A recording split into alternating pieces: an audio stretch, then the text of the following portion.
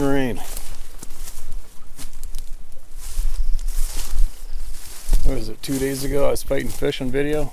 Now I'm a 7-hour travel north total, and I am now in the sea to sky region of southwestern mainland British Columbia. And yeah, I'm beat, but I got these cameras I gotta get out, and nobody else is gonna do them for me. I'm sure people would love to, but I have to tell them where I'm hunting. Anyway, well, this ought to work. Now, got my little audio device here. I'm gonna cover this sucker up so it doesn't just pick up all these raindrops on it. Oh, great. Thought I had something here I could use. Let's see how this makes out here. This extra ball hat.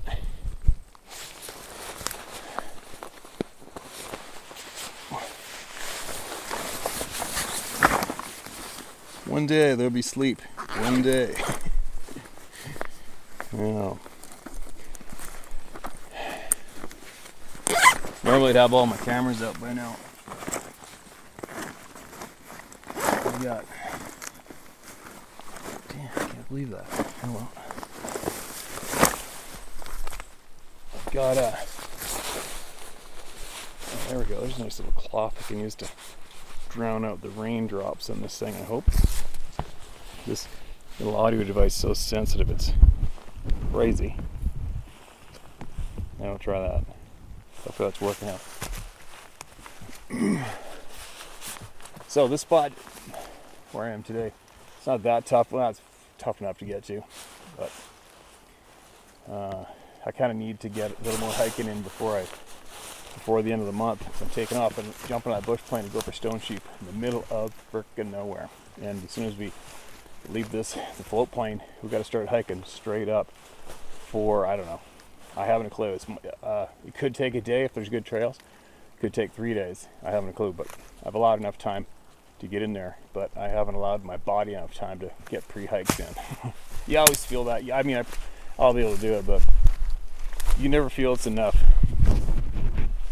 Nobody does. But it will be enough. But anyway, what do I got to tell you today? I got shit piles of emails.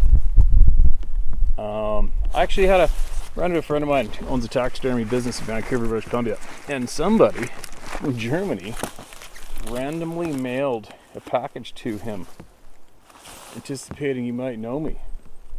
And he sent it from Germany. How's that? Is that crazy? I'll put a picture of the package up, edited in here, because I don't think it's too far from the camera to see it. I got backdrop the big timber up the mountain there behind me.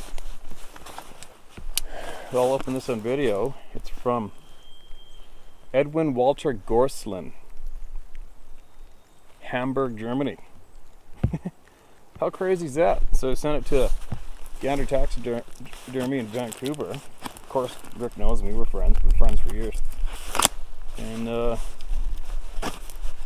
it just made it to me today. Met up with Rick in town. What do we got? The book. Oh wow. Man-Eating Black Bears, Volume 1, Eastern North America. Hundreds of Incidents. By Ted Gorslin. Oh. By Animal Handler. By Wild Kingdom Animal Handler Ted Gorslin. Huh. It's 400 pages in this sucker. Crazy. Alright, well, if you are watching this video, sir, I kindly thank you so much. What a generous, kind thing to do. I'll put a picture of this up on a little closer on the video. Get it going. Got a letter here. Dear Steve, I've been enjoying your podcasts and see where you had to shoot a black bear that was stalking you. I've been in one fist fight with a black bear and nearly lost an eye as a result. I wrote this book last year, and given your bear experience, I thought you might enjoy it. I have raised many grizzly bears in captivity, but never hunted a wild one. I've written a series of 6 volumes, all the same size, about man-eating black bears, but only volume 1 is currently on Amazon. I've accumulated about 600 unprovoked black bear attacks on mankind going back to the Jesuit relations of 1652. Wow. On another matter, my wife and I sell African safaris. I used to owning a company in Tanzania called Kilimanjaro North Safaris, but I sold it. Occasionally we get a request for wolf hunt, but have not found anyone who can deliver constantly. You can please put together a wolf hunting proposal, blah, blah, blah. Okay, well, I'm not selling hunts right now, okay? I'm not an outfitter. Outfitters are the ones who sell hunts in British Columbia, actually basically anywhere. And guys like me do the guiding, which means we get signed on. Which means we get signed on as assistant guide. I have done numerous times in the past. I have sought out areas that I wanted to guide in with repeat hunters of mine in the past, and approached the outfitter and booked the hunt and did a deal that way. But I'm going to be straight up honest right now with all of you. I get bugged to guide people all the time, and I have a lengthy list of repeat customers, they call them clients, friends that I've guided in the past, who are kind of like on the top of the list when it comes to guiding. If I do go back and guide, you know, it's usually a specialized item if I do it. And lately, to be honest, I'm so busy year round. I don't even know how the heck I could squeeze it in right now, unless you never know. I've had a lot of people trying to contact me, especially for wolf hunts too. A couple NFL football players are private messaging me, begging me to go wolf hunting with me in the wintertime, and I just can't do it. I just don't have the time right now. Who knows, maybe sometime in the future. I mean, do I miss it? Yeah, for sure. I mean, I was born to guide, without a doubt. Without a doubt, I miss it fiercely, but you know, if you do persist to guide full-time, you are going to be financially challenged, seriously challenged for a lot of your lifetime. And that kind of sucks, right? So you have to work it into a different career at the same time, or a different income at the same time, to make it work. When you get to this stage in life, you know, typically guiding is a great move for young single people to go out there and be crazy and get at it. And lifelong guides turn into outfitters and carry on with their careers that way, and they can make a living at it. And they still got to work hard. There's not too many stinking rich outfitters out there, I'll tell you what. But it's lifestyle. It's a healthy, happy lifestyle. But anyway, before I get off topic, what have I emailed to me lately? I was out fishing the other day, especially when I'm by myself. I'll throw the anchor out halibut fishing, and then you're sitting there waiting, and that's when if I got reception, I finally have some time to crack open the emails and see if I can get caught up with some of the thousands of emails sent to me. And I missed so many. There's so many from way far back, but I have one here that was sent to me from a guy in Utah. It was short, to the point. Said him and his girlfriend are camping, and he set up the outdoor shower for her, and he took a picture of her, which I'm going to share now. And he had this photograph for 3 years, until he noticed something odd in the bushes in the to the left of the tree in this photograph. So here it is. I'm sharing it with you right now for you guys to check it out. And I shared it with Scott, and actually I shared it with Dave Plottis too, and Scott ran it through some filters, and sure enough, everybody's confident that yep, that was definitely something in the bushes, possibly staring at his wife while she showered in the outdoor shower. And that's a little unnerving, isn't it? But again, it's a photograph, and like I said earlier in a past video, there isn't a video or photograph that's going to make a difference unless, of course, you're actually holding on to one of these things and they were bleeding out, dying, or something like that. I mean, that's going to be pretty convincing video, right? But just so you all know, what I'm doing, I'm not trying to prove anything. If you don't understand that these things were proved years ago, you're very challenged. The proof's been in forever. The fact of the matter is, the people who are controlling the narrative are trying to control you and your thoughts and how you look at this subject, and they're keeping you going in circles, the majority of them. The government does not want anything to do with this topic. and all you, and mainstream science. They have been proven themselves opportunistic liars numerous times in the past. So let's face it, if you had to go to a court of law with a proven opportunistic liar as a witness or some sort of authority, they have automatically excluded themselves, period. So who do we got left? We have left all of us, right? And another point I want to make on that note is where, I've just been sitting back on the fence watching all these shit shows going on and learning the whole time until finally I had enough and came forward. And I'm still here, obviously. And the one thing that I've been watching and I realize is a big mistake, which we have all taken part in, is we have given individuals power and authority over others. And we've done it since we were this big, starting with one teacher in a classroom who we don't even know to trust, and we rely on them to fill us full of knowledge, right? Which is fine to a point, but what I'm seeing is, as it carries on through life, for some sort of reason, our communities, the majority of the community feels they need to report to one particular person or even a small group to look for some sort of approval. Okay? And that's absolutely wrong. That's the wrong thing to do. Because then that small group, that possible one person, whether it be a political leader in any seat, that gives them power. And it gives them power over you. Okay? And they also begin to control that power and control what comes in and control what goes out to the community. And that is a huge screw up. All right? And hopefully you guys are picking up what I'm putting down. Sometimes it's a lot. I found it kind of challenging for me to share my thoughts with words, especially without any pre-script or mapping it out before I deliver it. Like I said, I was turned on the camera and let it rip, right? But that is a huge mistake. We start to learn more and more clearly and more honestly when we take our information in from an entire community. Okay? That's what we're supposed to be doing. We screw up by giving one person or a small group of people that authority. Kick them to the side. I'll guarantee you, thousands of you following my channel have learned probably 10 times more this past year than you ever have if you're interested in this topic. I'll guarantee it. And that is because 100% of the experiences from our community, which is every person on the planet who comes to this channel, is sharing their honest experiences with each other openly and honestly without holding anything back. And that's how you learn. Okay, we have nobody blocking information. We have nobody manipulating that information that's coming into us. And it's the perfect storm for knowledge. Are you picking up what I'm putting down? So that's what we're doing here, is we're sharing all of the knowledge openly and honestly with each other so we can all take tidbits out of each experience that our equal human being has had in our community and learn from it. And we take a little bit out from each one and it fills the gaps and we start to get a pretty clear picture painted, right?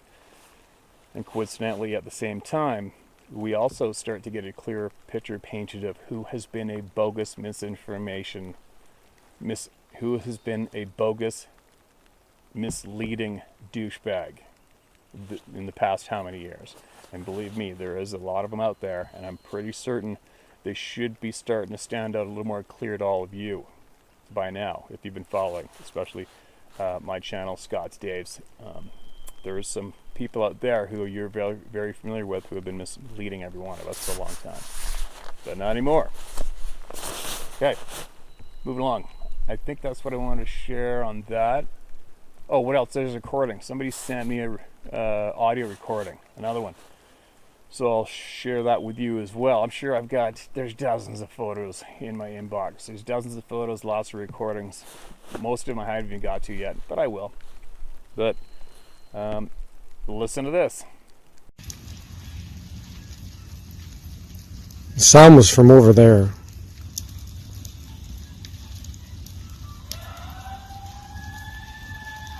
See, there it is again. What the fuck is that? I told you guys. Don't fucking believe me.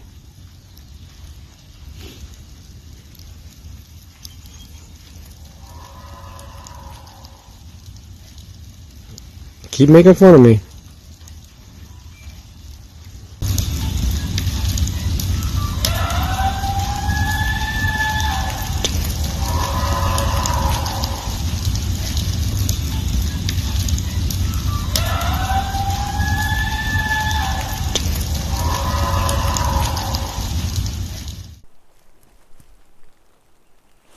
There you go.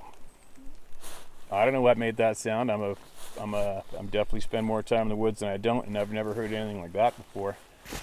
And I have heard every game animal predator in North America numerous times. So I guarantee you that wasn't a coyote and it wasn't a cougar. That was something a little odd. But it is what it is. In the end, it's just another recording, right? Unfortunately. But all of you out there, keep sending that stuff in to me, all right? I'll get to it and I'll share it. And we'll all keep learning. Anyway, I've got, let's see what I can read here today. Oh, foggy glasses, perfect. I can't get one of those laser surgery things. The glasses thing's fairly new to me and I'm not into it. Just not into it. It's been pouring rain, the mosquitoes are still out. Crazy, little bastards. Oh boy, what do we got? Alright, listen to this one. Hello, thank you for this opportunity to tell my story. I appreciate the effort that you've given and continue to give on this life-altering subject. Thank you for what you stand for and your no bullshit stance. The ability to hear other people tell their encounters is so important. Because of my current position, I'm not at liberty for you to disclose my full name. Just call me Pete. I'm 64 years old and Aboriginal. My mother was Manitoba Saulteaux Cree, pronounced Salto. Oh, I got it. I grew up in southeastern BC in the East Kootenays and have hunted and fished since I could hold a rod, then a rifle. I spent most of my life in the bush year-round, just not hunting season, paying attention to herd movements relative to any season. Shed hunting and looking for winter kill in the spring of the year and watching, to my dismay, the decimation of ungulates by wolves. Oh, I'm sure we both know what you're talking about there. Listening to a bunch of grant-slurping hippies tell me about the benefits of non-regulated wolf populations.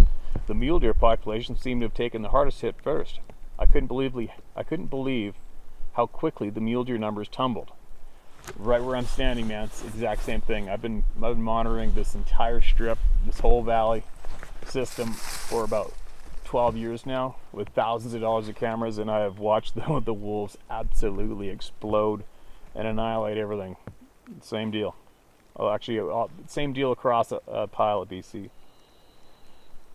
Anyway, I've hunted and fished in every drainage within 100 miles of my home, town, and a number of areas throughout North America. I literally have thousands of days and hundreds of nights in the Rocky Mountains. Like all serious hunters, we've had our moments with predators. I've been through 2 ugly grizzly encounters and 1 cat, up to no good, that I had to shoot while elk hunting.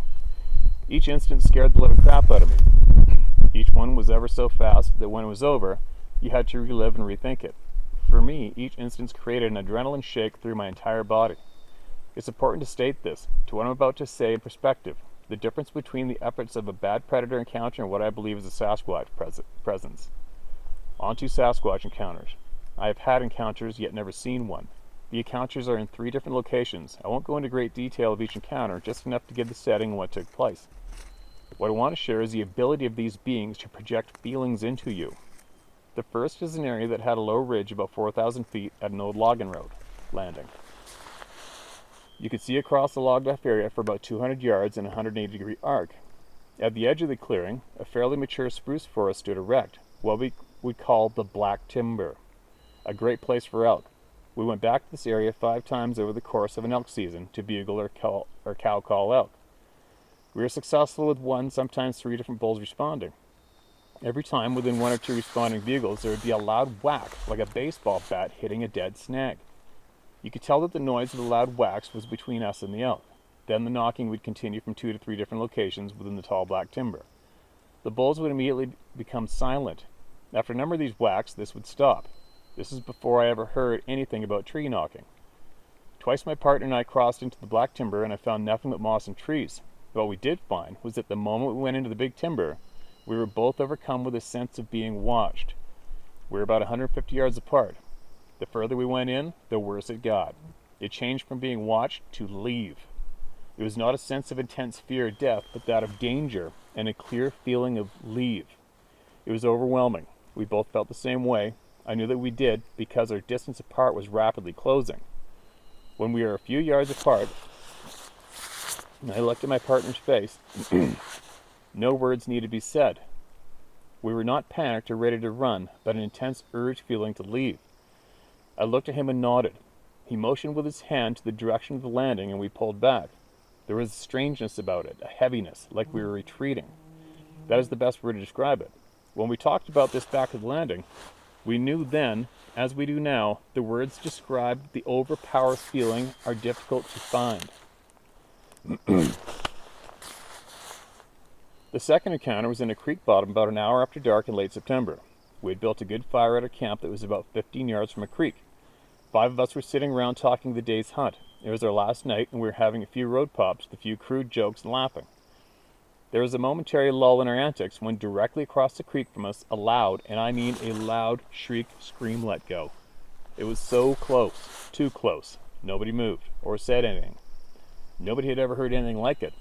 Everyone looked at each other like, does anybody have any idea as to what the F that was? The feeling was not like the tree whack area. This seemed angry. It was strange it was only talked about for a few brief moments, then avoided. It was amazing to see 5 grown men quickly grab the rifles, chamber around without a word, and stare into the darkness. No one wanting to show fear. All good seasoned hunters. The evening didn't last much longer. First thing in the morning, after a poor sleep, we all pulled out. There was no day hunt. No one wanted to hunt there.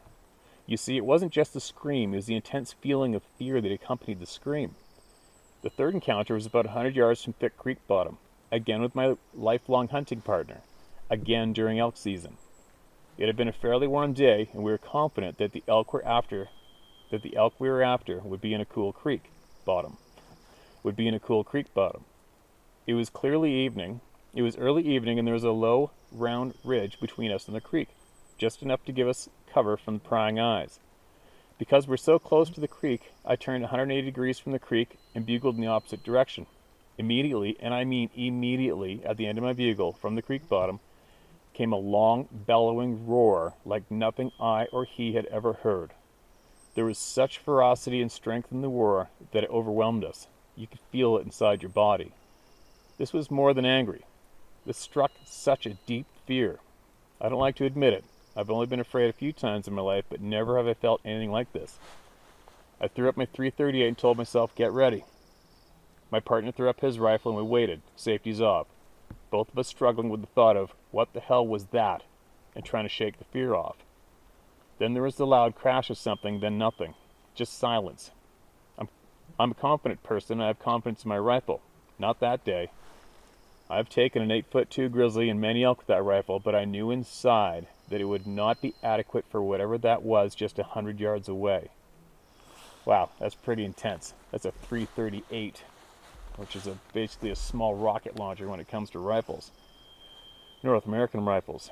So to feel that that wasn't adequate at something 100 yards away, that's pretty intimidating. What I find important about these 3 events is that in each circumstance,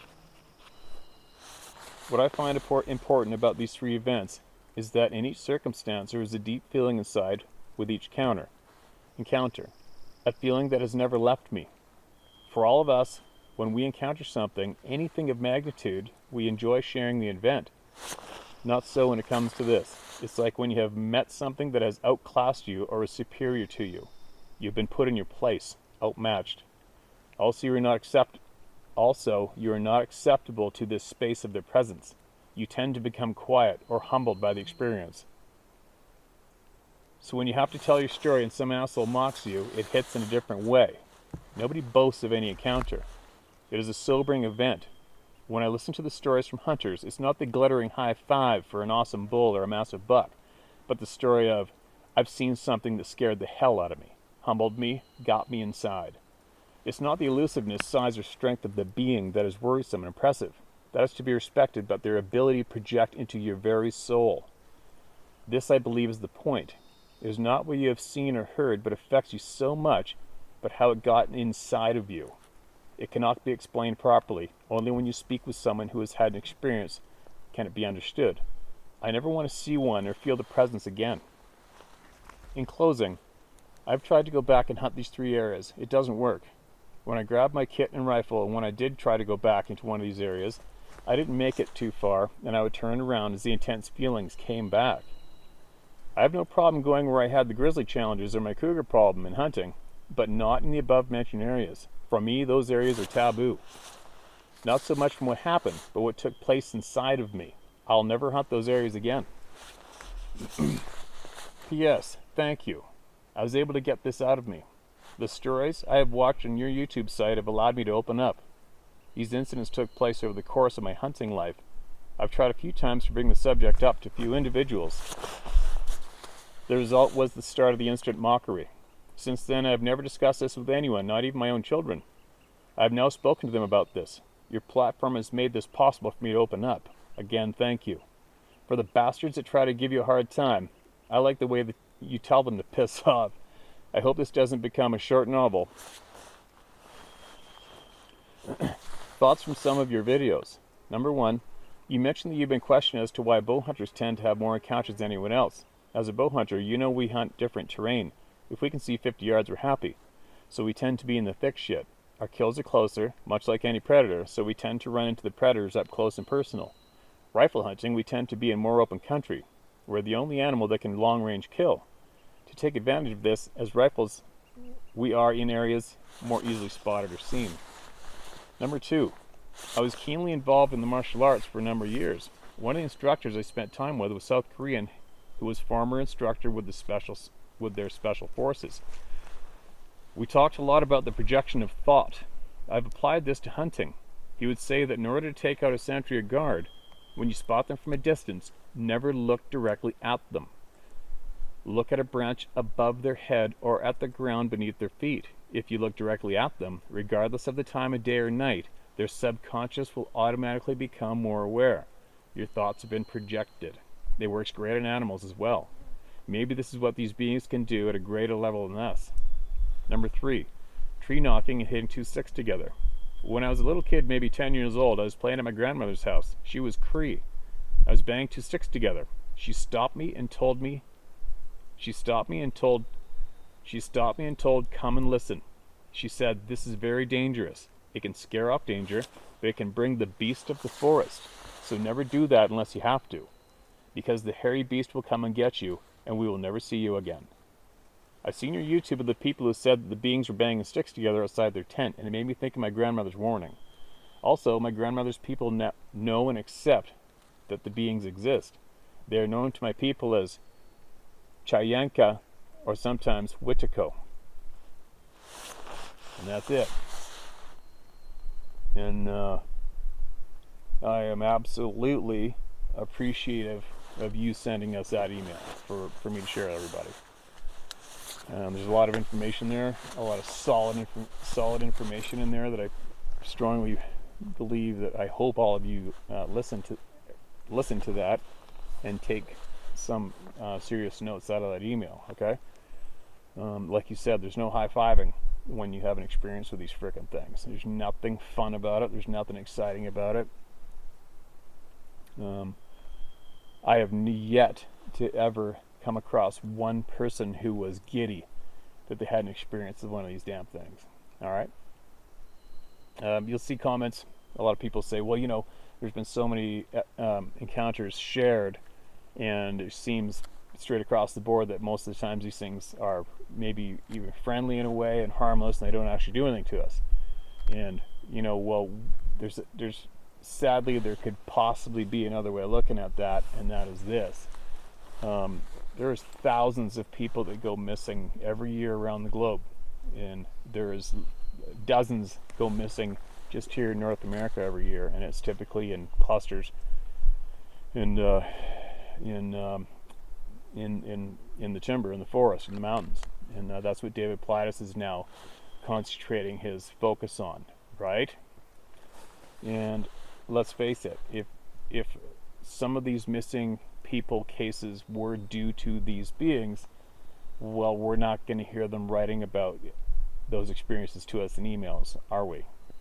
Right? So that's the shitty thing that we have to learn about and figure out is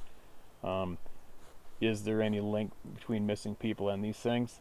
And if so, how and when and how often would these beings possibly be harming people? Because I'll tell you what, if one of these things decided to have your ass, it's going to have it. There's nothing you can do about it. And you're not going to be sharing an email with me or anybody after it happens either, right? So what it all comes down to is my strongest message, what I'm really trying to push to everybody is getting in tune with your sixth sense. You have to get in tune with your guts, instincts, and your sixth sense. And if I could, I would please strongly urge all of you to teach your children about their gut instincts, their natural sixth sense instincts that they are really more in tune with as children.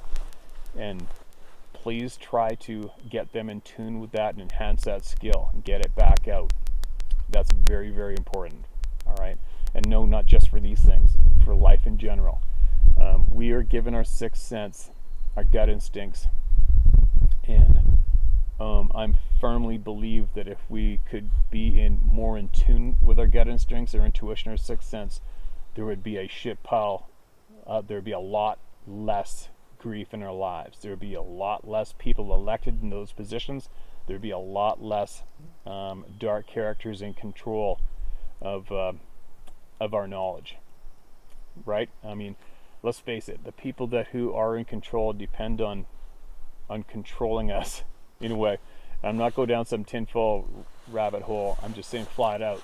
If we were more in tune with our sixth sense, our gut instincts, very few people would be able to pull bullshit over us. Right? You see what I'm getting at? I'm more starting to focus on the importance of suppressing our intuition across the board as a community, right? I mean, if you wanted to be powerful, if you want to be in control, one of those sick pricks, starting, generations back, well, you have to be able to pull the wool over the eyes of the people that you're trying to control and take advantage of, right? And if they're in tune with their sixth sense or intuition, you're going to have a real tough time doing it. So for all of us to be controlled as a group, we are more easily controlled if we don't have a clue about our sixth sense, or we're actually taught to ignore it and put up with that discomfort of our intuition when we're not supposed to be. So, all right, I'm starting to babble. I could probably deliver better on that topic later. I am freaking exhausted, man. I got so many things I want to share with all of you and open your eyes to, and give you different options to think and deal with different items, and to learn and gain knowledge and become independent and help erase the bullshit that's really, really clustering up in our lives today. We really have to band together and get rid of the bullshit. Okay? But anyway, I'm going to hike over there and empty some salt and game cameras out of my back pocket, and we'll see if that camera's still running and I got enough juice to pull off another share of an email with everybody today.